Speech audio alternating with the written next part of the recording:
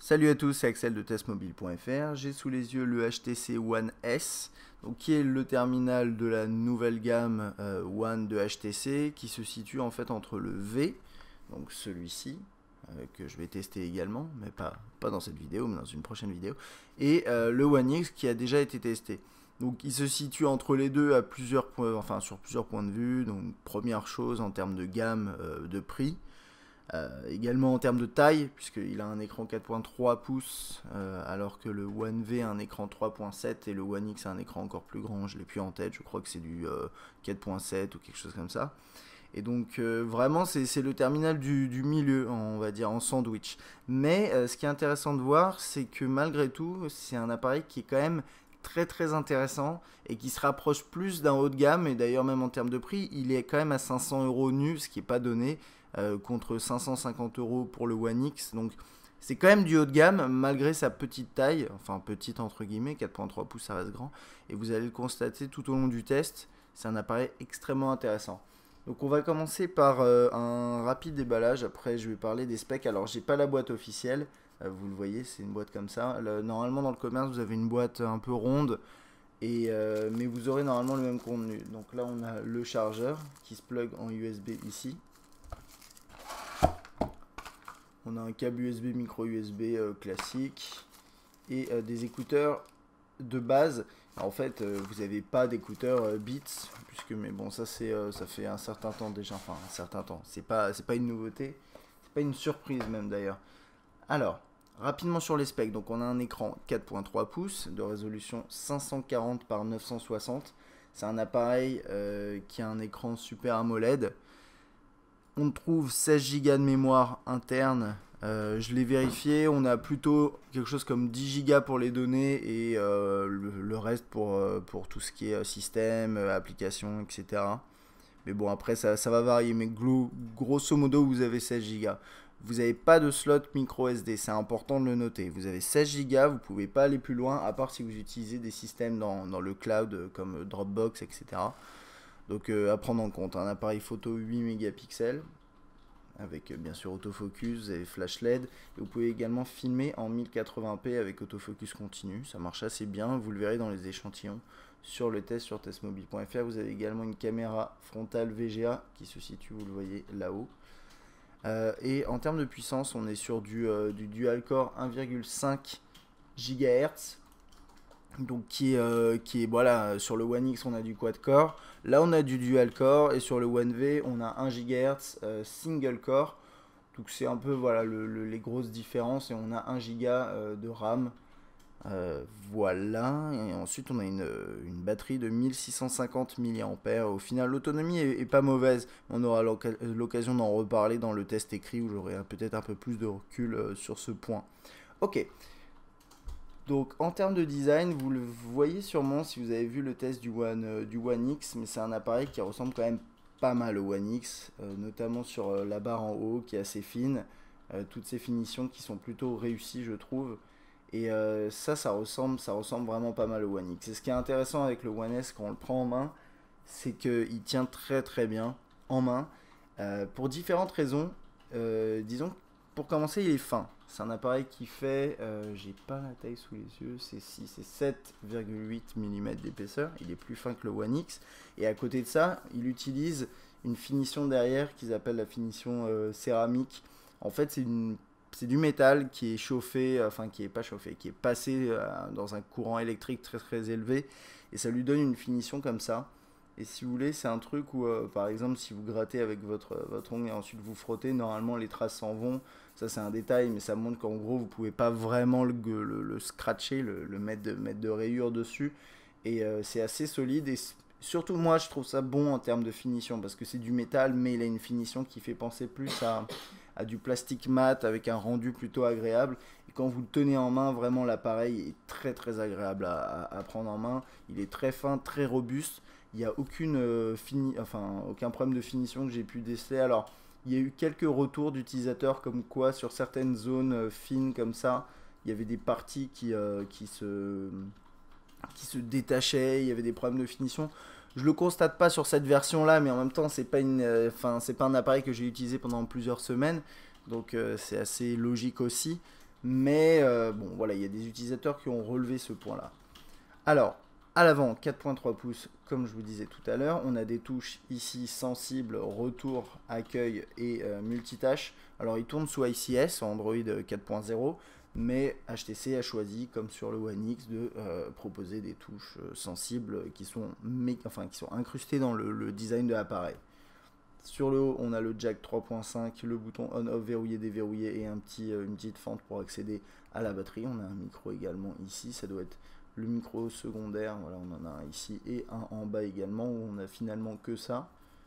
Sur la droite, on a la touche de volume qui est longue, qui est plutôt haute, mais quand vous le prenez en main, là, le pouce arrive directement dessus, c'est plutôt bon. Sur le côté gauche, on a le micro USB, le port micro USB qui est également assez haut sur la tranche. À l'arrière, donc on a cette coque dont je vous parlais avec l'élément en type céramique. Ce qui est intéressant, c'est que c'est du unibody, hein, donc vous voyez la coque qui tourne, qui est ici, là ça va jusqu'à là. Et il n'y a pas vraiment, il y a une petite jonction ici pour placer l'écran, mais sinon après ça fait vraiment tout le tour. Et il y a juste deux blocs qui font vraiment typique HTC, qui sont comme ça en haut et en bas et qui sont dans une sorte de plastique avec une gomme dessus. Et c'est normal, alors ça c'est bon, c'est le style HTC, mais c'est aussi pour faire passer tout simplement les différentes ondes qui ont besoin de passer, donc le réseau, etc., le Wi-Fi. Il y a besoin quand même d'avoir des éléments d'une matière différente, en tout cas ici. Et là on a le haut-parleur qui est sur le bas, le logo Beats Audio, puisqu'il y a un système intégré Beats Audio qui permet d'améliorer le son quand vous êtes avec des écouteurs ou un casque. Et en haut, le haut-parleur, l'appareil photo, 8 mégapixels avec son flash LED sur la droite. Et ici avec la fente, en fait, vous avez la possibilité d'ouvrir cette partie-là. Si j'y arrive sans tout casser, voilà, ça devrait être bon. Et là, on a le slot pour la micro SIM. Et en fait, c'est tout. Il y a des petits connecteurs là pour vérifier que vous avez bien, je pense, connecté ça. Et puis c'est à peu près tout. Il y a bon, le jack, on le voit bien là. Donc vous n'avez pas, comme vous pouvez le constater ici, de port pour la micro SD. Et c'est un petit peu dommage. Ça aurait été sympa d'en avoir un ici, mais bon, là on n'a rien. Et je pense qu'on a fait à peu près le tour. On va pouvoir passer du coup à tout ce qui est interface. Alors pour toute cette partie interface, vous avez constaté que le One S se rapproche pas mal du One X en termes de fonctionnalité, puisque de toute façon il tourne lui aussi sous Android ICS. Il propose également HTC Sense dans sa dernière version, la version 4. Donc vous retrouvez les mêmes éléments à cela près que l'écran est plus petit. Donc voilà, mais au final vous avez un grand écran, vous avez un processeur plutôt efficace. Et donc on se retrouve avec un terminal qui a des performances similaires au One X. Et d'ailleurs, il y a même des benchmarks qui ont été faits. Et d'ailleurs, moi j'en ai fait, j'ai constaté. Et d'ailleurs, je vais en parler maintenant, même si c'est un peu hors sujet déjà, mais c'est pas grave.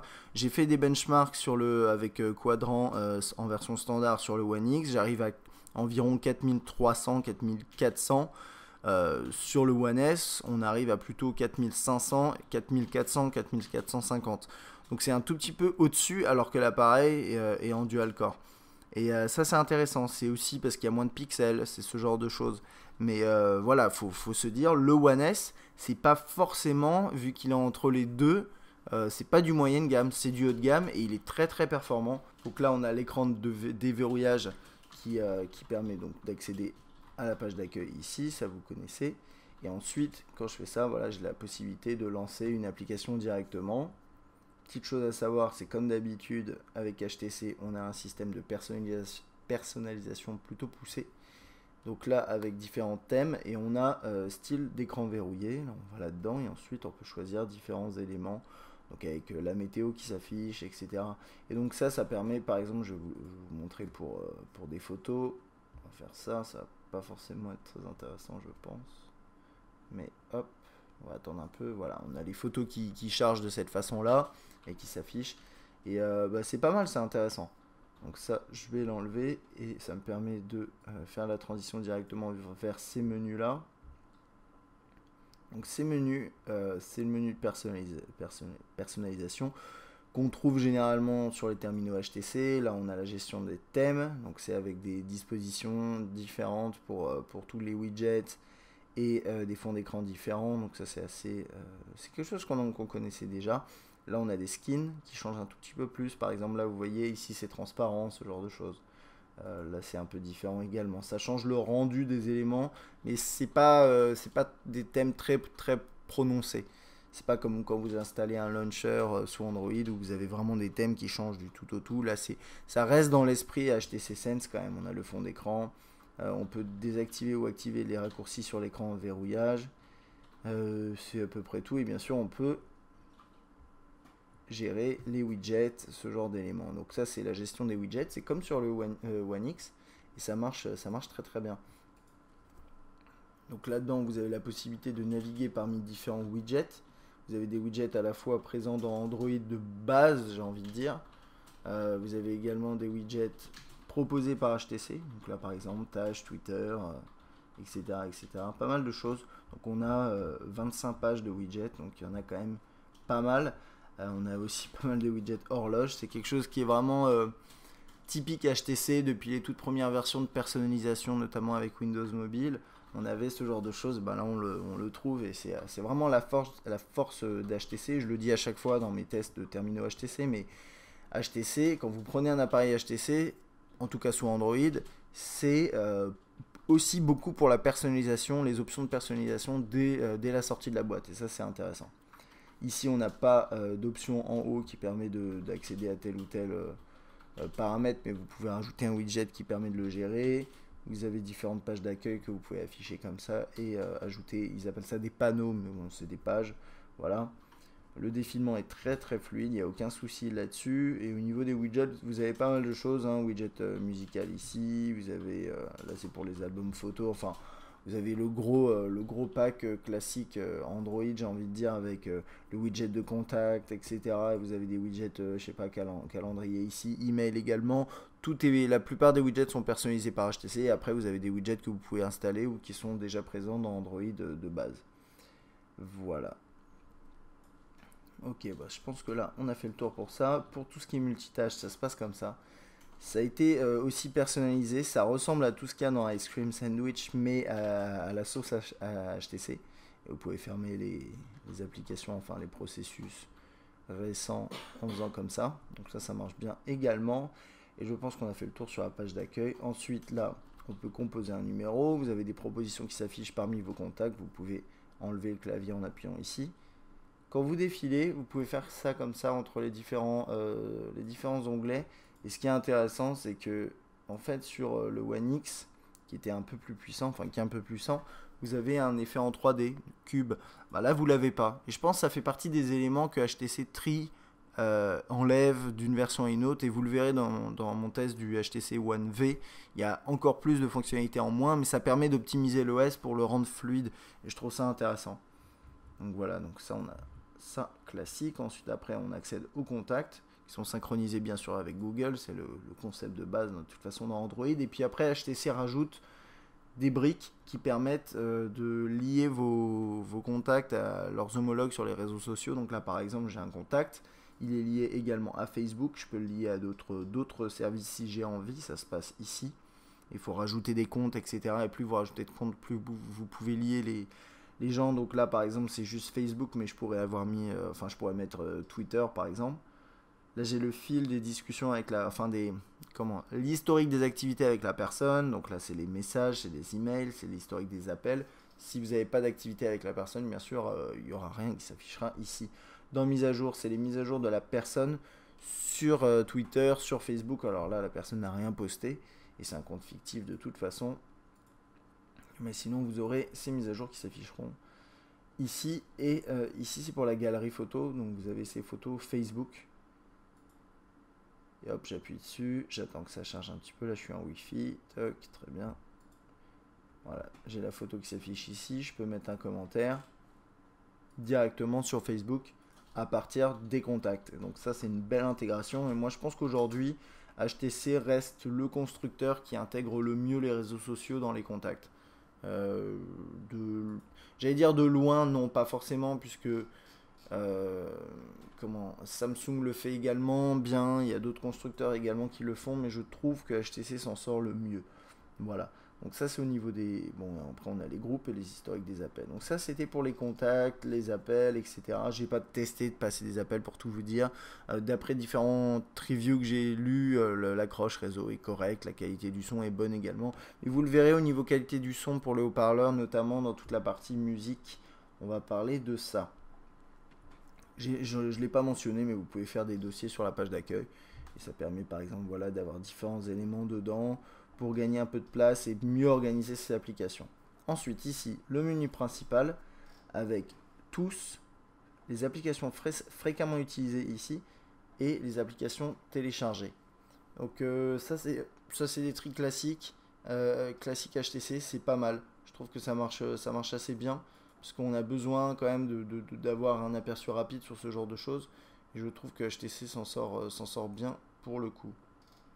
Voilà. Alors ensuite, on a la possibilité de partager. On peut gérer les applis ici. Et ça nous amène sur ce menu-là que je pense que vous connaissez. Pardon, qui permet d'avoir accès aux applications téléchargées, de les désinstaller, la mémoire. On peut normalement visualiser la RAM. Je ne sais pas si c'est ici. Non, on peut ici accéder aux applications en cours, toutes les applis. Et par exemple, quand vous rentrez dans une application qui a été installée, je sais pas, j'en ai pas beaucoup, hein, j'ai pas beaucoup d'applications installées, on va aller là. Hop, voilà.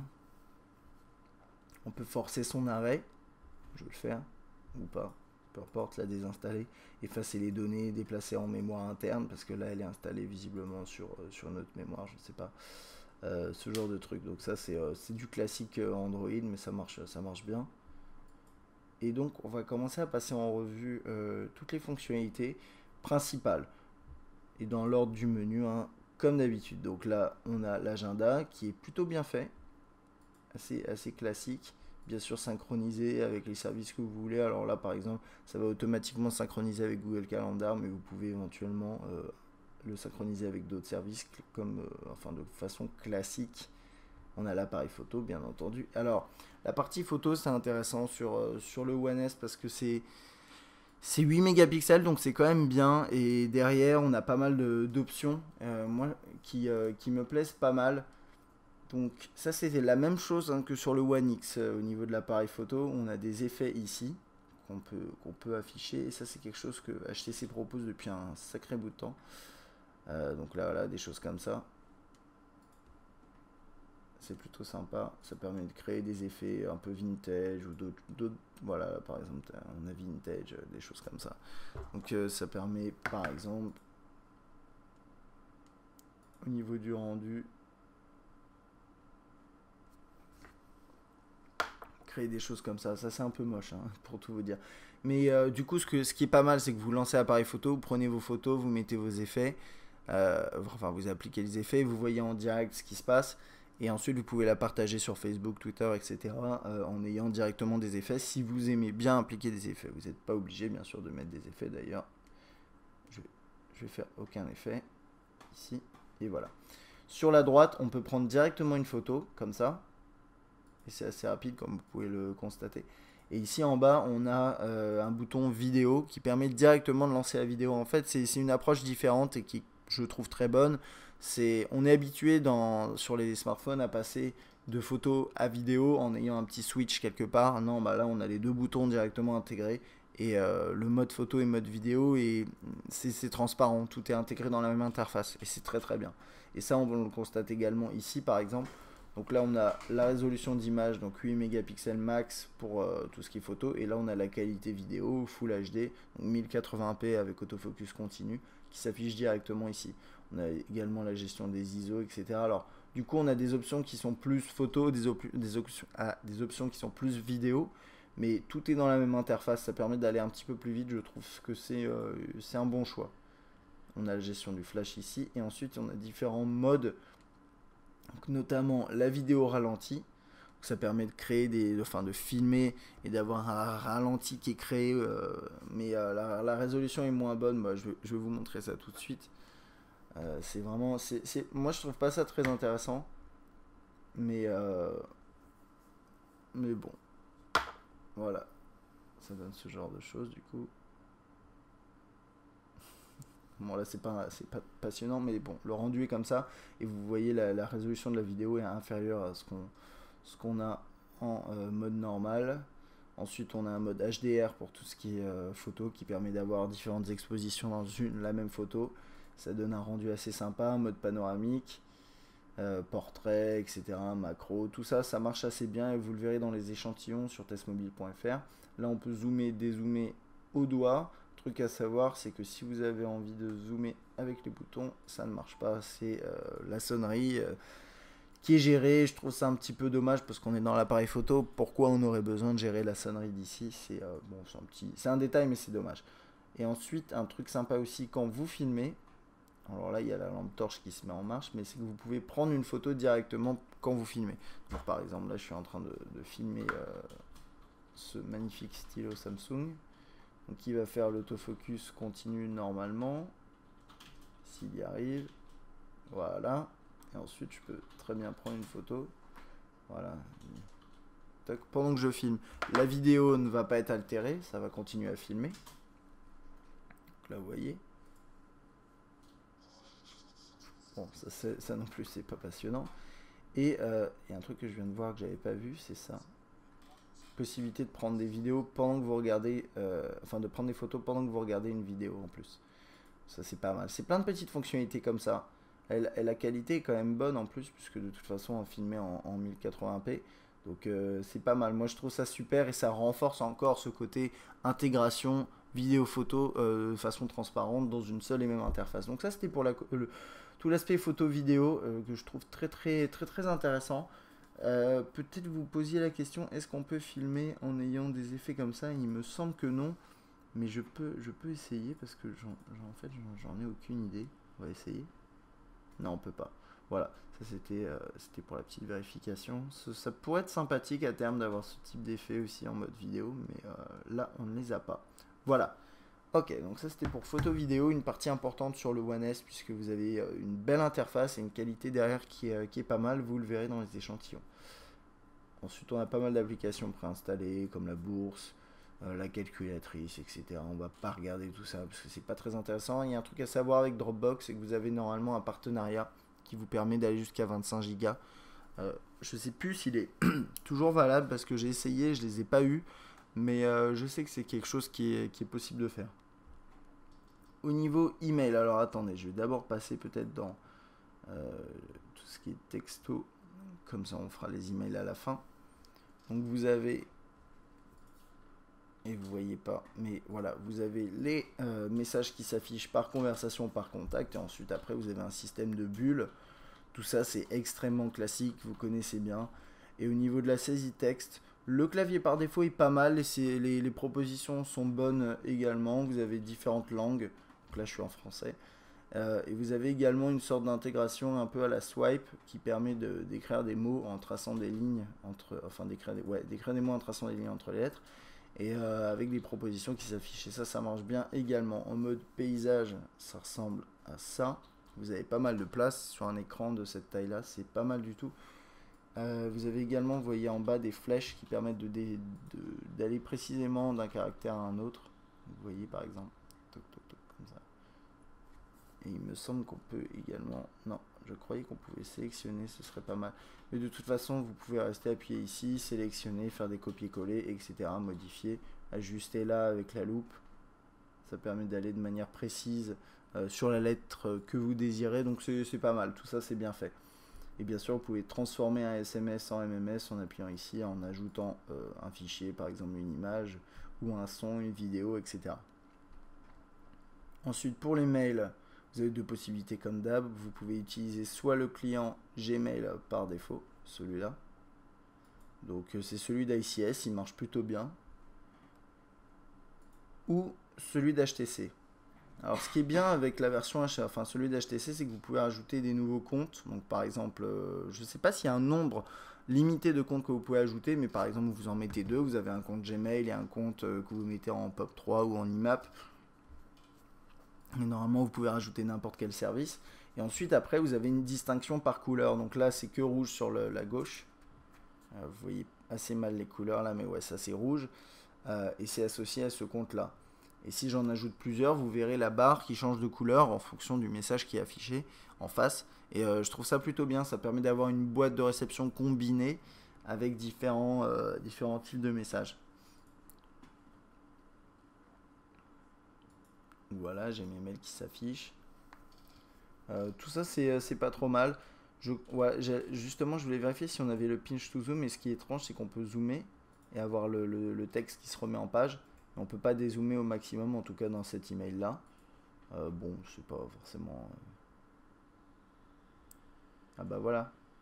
Voilà, thanks for supercharging your. Parce qu'en fait, j'ai créé un compte Dropbox à partir de ce téléphone pour voir. Et il m'a donné 23 Go en plus. Donc voilà, ça me permet de répondre à la question que je me posais. Et ensuite, on peut faire réponse. Et voilà, envoyer le mail, mettre une pièce jointe, etc. etc. Donc ça, c'est classique. Et vous avez également un widget de page d'accueil. Vous avez des notifications qui s'affichent quand vous recevez un email. Tout ça, ça marche très bien. Je sais pas si je préfère ce client-là ou le client Gmail, mais de toute façon, si vous avez plusieurs comptes email et que vous n'avez pas un compte Gmail, le mieux reste d'utiliser celui-là, même si c'est possible quand même de vérifier vos emails non Gmail dans l'interface de Gmail, mais ça, il faut passer par l'interface web, configurer ça au préalable et appliquer des labels. Enfin bon, tout ça, c'est au final, avec Android, vous avez beaucoup de possibilités pour les emails, c'est ça qui est sympa également. Vous avez un éditeur de film qui permet de faire des mini-montages avec vos photos, enfin vos vidéos. Mais comme j'en parlais également dans mon test du One X, c'est pas très intéressant parce que ça permet simplement de de rajouter des photos, enfin des petites vidéos, de sélectionner un thème, par exemple anniversaire, et ensuite d'avoir automatiquement un petit montage qui se crée avec une musique de fond.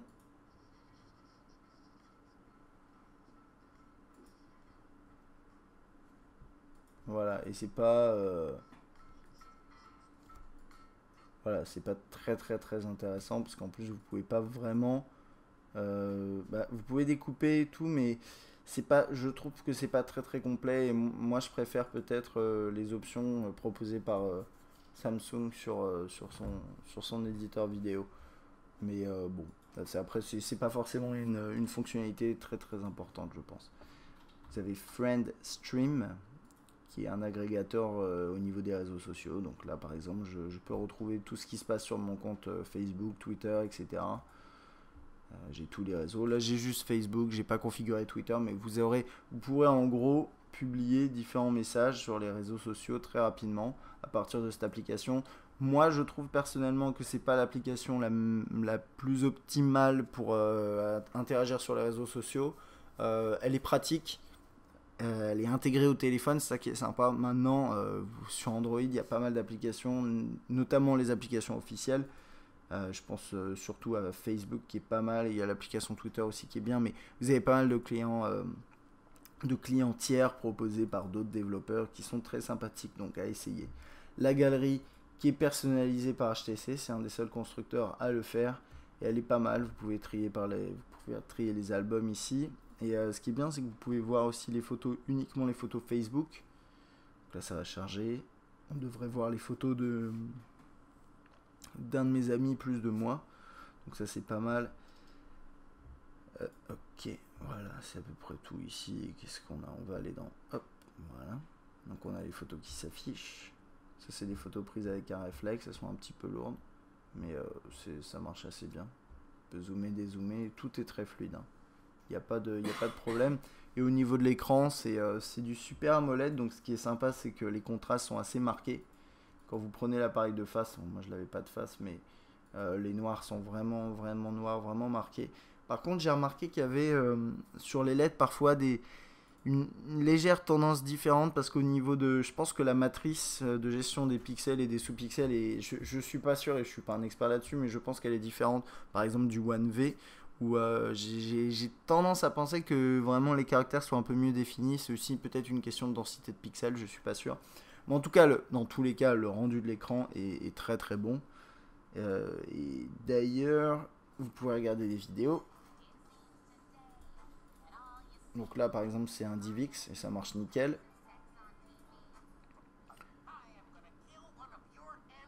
Et vous pouvez également prendre une capture pendant la vidéo. Je... À première vue, je vois pas trop à quoi ça sert. Et vous pouvez d'ailleurs le désactiver ici. Mais pourquoi pas? Ça peut être vraiment sympathique, je pense. Vous pouvez également faire un montage directement si vous avez un DivX et le découper, ce genre de choses. Puis ça marche avec DivX et avec d'autres extensions également, hein. Au pire, si l'extension, enfin si le fichier ne passe pas, vous pouvez télécharger des lecteurs musicaux alternatifs, enfin musicaux, des lecteurs multimédia alternatifs qui sont sur l'Android Market, qui permettent d'aller un petit peu plus loin par rapport à ça. Voilà, donc là c'était pour ça. Et puis vous pouvez également partager bien sûr les médias via différentes possibilités. Vous avez aussi le HTC Hub, qui est une application proposée par HTC, une sorte de plateforme qui met en avant certaines applications. Donc par exemple ici, je vais dans applications et je vais me retrouver avec différents tris. C'est pas un concurrent du Play Store réellement, c'est plus un utilitaire qui met en avant certaines applications en fonction des recommandations d'HTC, des utilisateurs, etc. C'est assez sympa.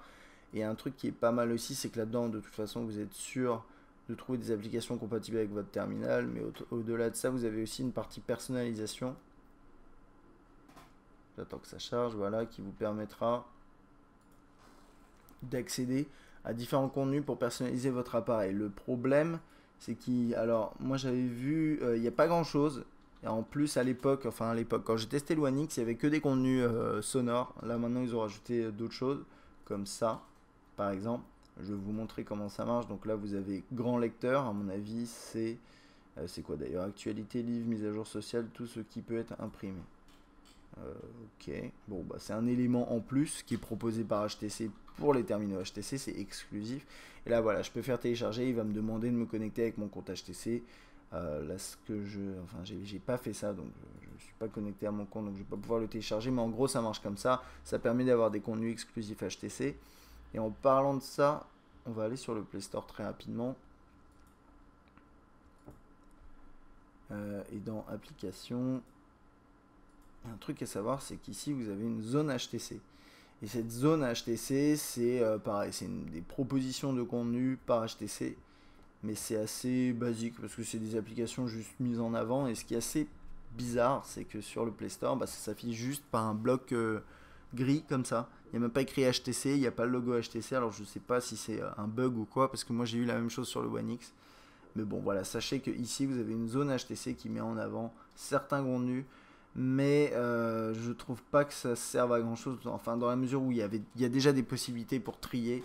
À travers le hub ou à partir d'ici, quand vous allez dans l'application, vous voyez, vous avez à la une, vous avez le choix de l'équipe, les tops, etc. Donc bon, vous avez déjà pas mal de choix. Donc cette section, elle sert pas à grand chose, mais pourquoi pas. Ok, on va passer au web du coup, qui est une partie importante de toute façon aujourd'hui sur n'importe quel smartphone. On va aller rapidement sur Test Mobile. Alors, pour le One X, j'avais dit que l'expérience web était très très bonne, ce qui était vrai. Et sur le One S, du coup, je me demandais, bon, on a des performances qui sont un petit peu moindres, ce genre de choses, en théorie déjà. Au final, on se retrouve avec une très très bonne expérience. Vous pouvez, je pense, le constater là à travers la vidéo, mais le zoom est très très fluide. Tout marche très bien. Alors, il y a toujours ce petit truc, bien sûr, quand vous redimensionnez, vous avez le texte qui se remet en page. Alors ça, vous pouvez le configurer. Vous pouvez dire non, je ne veux pas le faire, ce genre de choses. Mais vous avez toujours un léger flash, comme vous voyez. Et ça, c'est quelque chose qu'on n'avait pas avant sur les terminaux HTC et qu'on n'a pas d'ailleurs sur le HTC One V. Mais bon, c'est un détail. Mais sinon, ça marche très très très bien. Voilà, hop, je vais lancer le test du One X par exemple.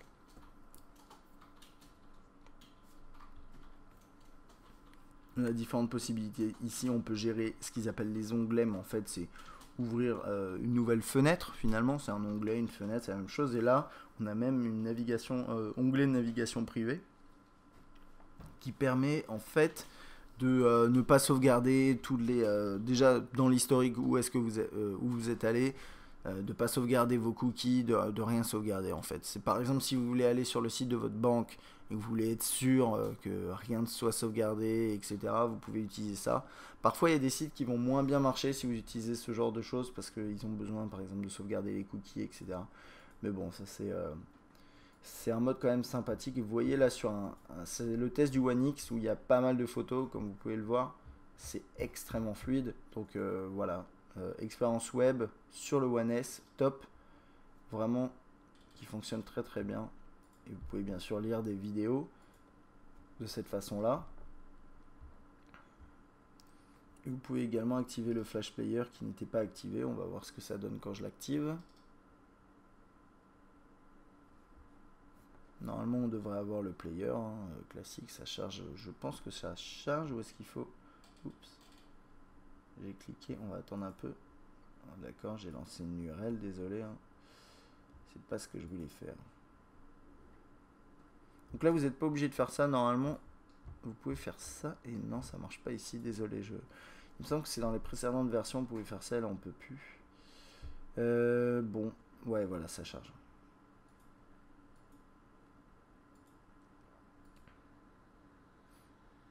Donc le contenu flash qui s'affiche directement. Et ça a l'air de bien s'afficher, je pense. On a les annotations qui s'affichent à l'écran, etc. Et puis si vous appuyez sur le logo YouTube en bas, normalement, voilà, vous avez ça qui s'affiche. Donc ça, c'est pas mal. Ensuite, il y a un autre truc, c'est ce mode-là. Quand vous faites lire, ça va trier tout le contenu de votre site. Ça va enlever tout ce qui est HTML, toute mise en page, etc. Et ça va juste vous afficher les photos et le texte. Et ça peut être pas mal si vous avez des articles longs à lire, que vous voulez avoir une interface qui est plus propre, ce genre de choses, c'est intéressant. On va aller voir juste sur un site un petit peu plus lourd.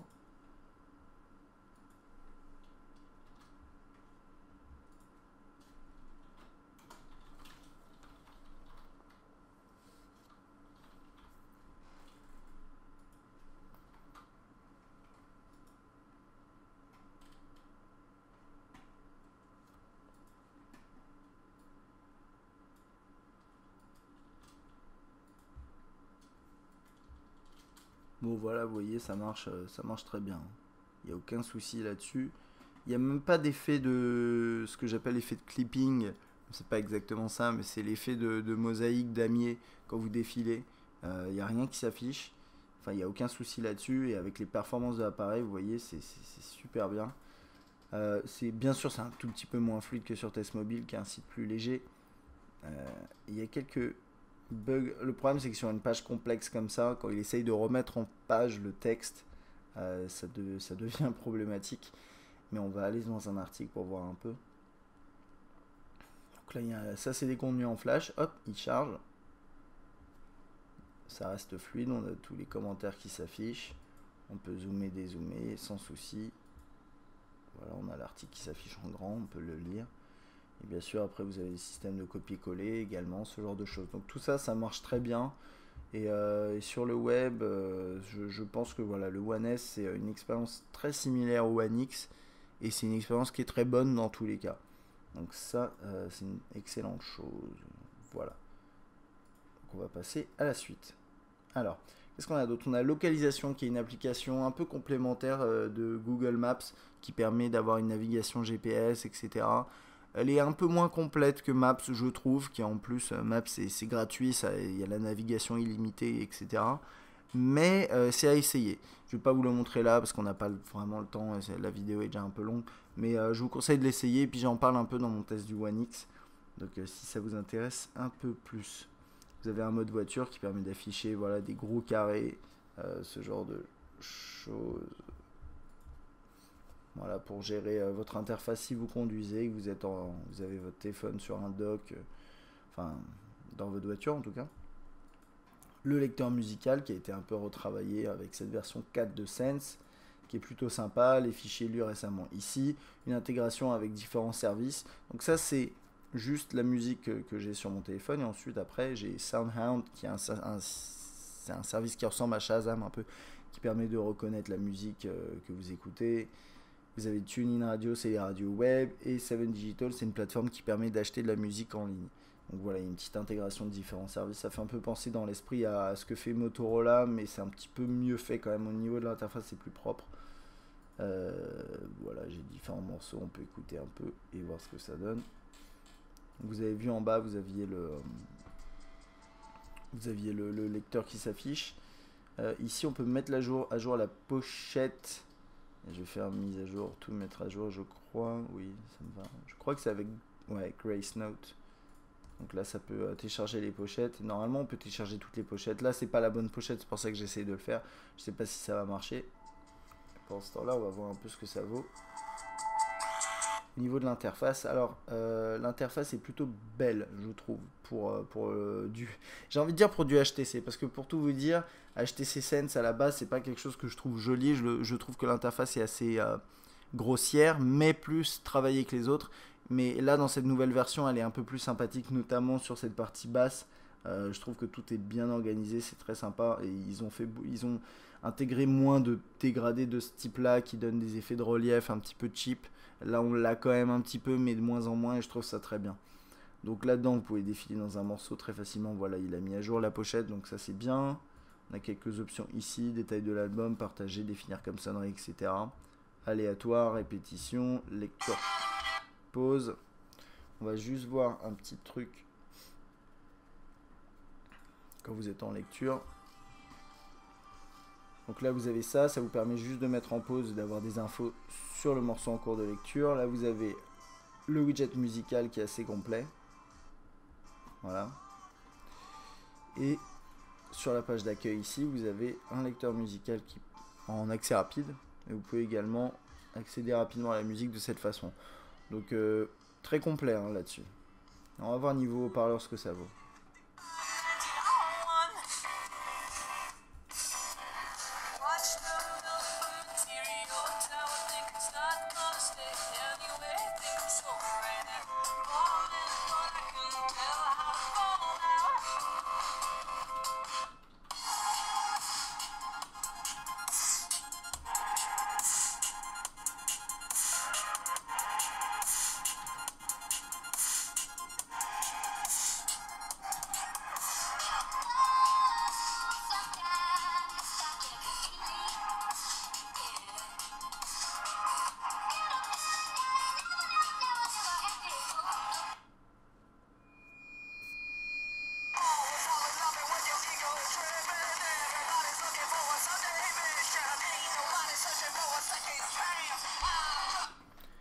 Le parleur du One S est plutôt bon.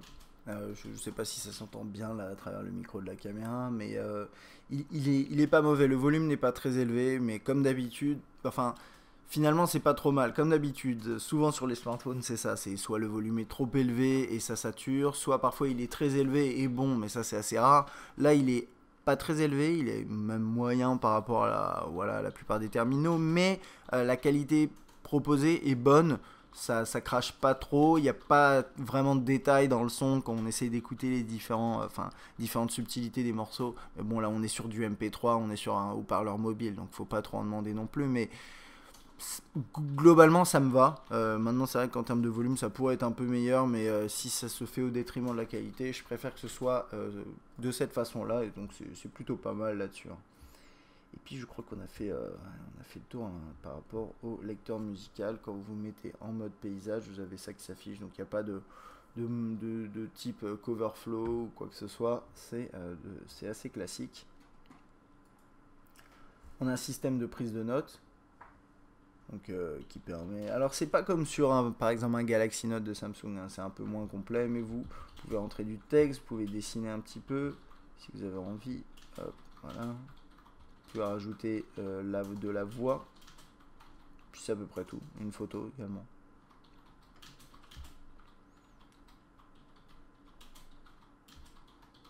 Voilà, ça donne ce genre de choses, on peut faire des notes assez complètes, c'est moins bien que sur un note, mais c'est pas fait pour remplacer, enfin pour rivaliser contre ce genre de terminal, mais vous avez quand même un petit utilitaire qui est pas mal.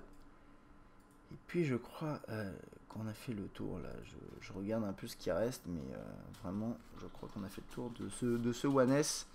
Que dire de plus au niveau des benchmarks et de la puissance pure, J'ai fait, comme je vous disais, j'ai fait quelques comparatifs et au final, il est un tout petit peu plus, il s'en sort un tout petit peu mieux sur les benchmarks que le One X. Au final, quand vous, moi j'ai essayé des jeux comme Minecraft en 3D, etc.